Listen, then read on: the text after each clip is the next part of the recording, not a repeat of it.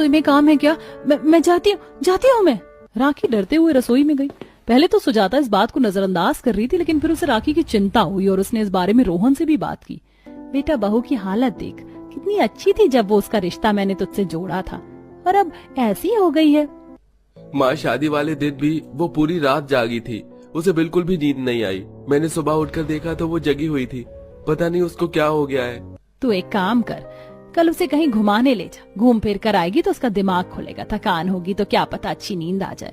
सुजाता की बात को रोहन ने मान लिया। अगले दिन वो उसे घुमाने लेकर गया। वहां भी राखी गुमसुम और सहमी सहमी सी हो रही थी, और घर आने के बाद राखी को नींद आ गई और आराम से वो अपने बिस्तर पर सो गई। राखी को घूमकर अच्छा लगा था, जिसकी वजह से उसका दिमाग रिलैक्स हुआ और सुबह तक उसे सुकून की नींद भी आ गई। सुबह को 10 बजते ही सुजाता उसके कमरे में कॉफी लेकर पहुंची और राखी बेटा उठ जा, सुबह हो गई है। क्या माँ जी, मैं नहीं माँ जी, मैं सोई नहीं थी। मैं सोई नहीं हूँ, मैं तो बस ऐसे ही आंखें बंद करके लेटी हुई थी। गलती हो गई माँ जी, माफ कर देना, बस मुझे सजा ना देना। माँ जी मुझे माफ कर दो। बेटा मैं जानती हूँ, शांत हो जा, डर नहीं, इतना डर क्यों रही है? वादा करती हूँ अब कभी भी नहीं सोऊंगी, मुझे माफ कर दो माँ जी। राखी चुप, बिल्कुल चुप, शांत हो जा। बेटा क्या बात है, जब से तू यहाँ आई है इतनी डरी डरी सहमी सहमी लगती है, और क्यों नहीं सोएगी तू? बिना सोए भी कोई इंसान चल फिर सकता है। बता, तू मुझे बता, किसने तेरे दिमाग में या तो सोने का डर बिठाया है? मैं तेरी सास नहीं, तेरी माँ हूँ। बता मुझे, किस वजह से तू इतना घबराती है?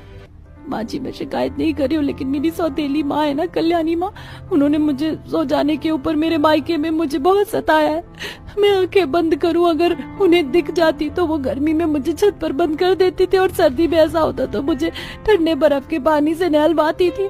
माँ जी मैंने सोने के ऊपर बहुत कुछ झेला है, आप तो मुझे सोने के ऊपर ऐसे नहीं सजा दोगी ना?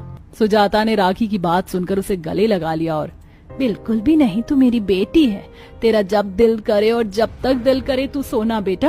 मैं वो अत्याचारी सास या माँ नहीं हूँ जो अपनी बहू बेटियों को साहस भी नहीं लेने देती है। तू देख, मैंने तुझे खुश रख कर वापस से दुरुस्त ना कर दिया ना तो मेरा नाम बदल देना, लेकिन मेरी बच्ची, इसके लिए तुझे भी अपने इस डर को निकालना होगा। तू आराम से रात को सोया कर, हम सभी तेरे अपने हैं, दुश्मन नहीं।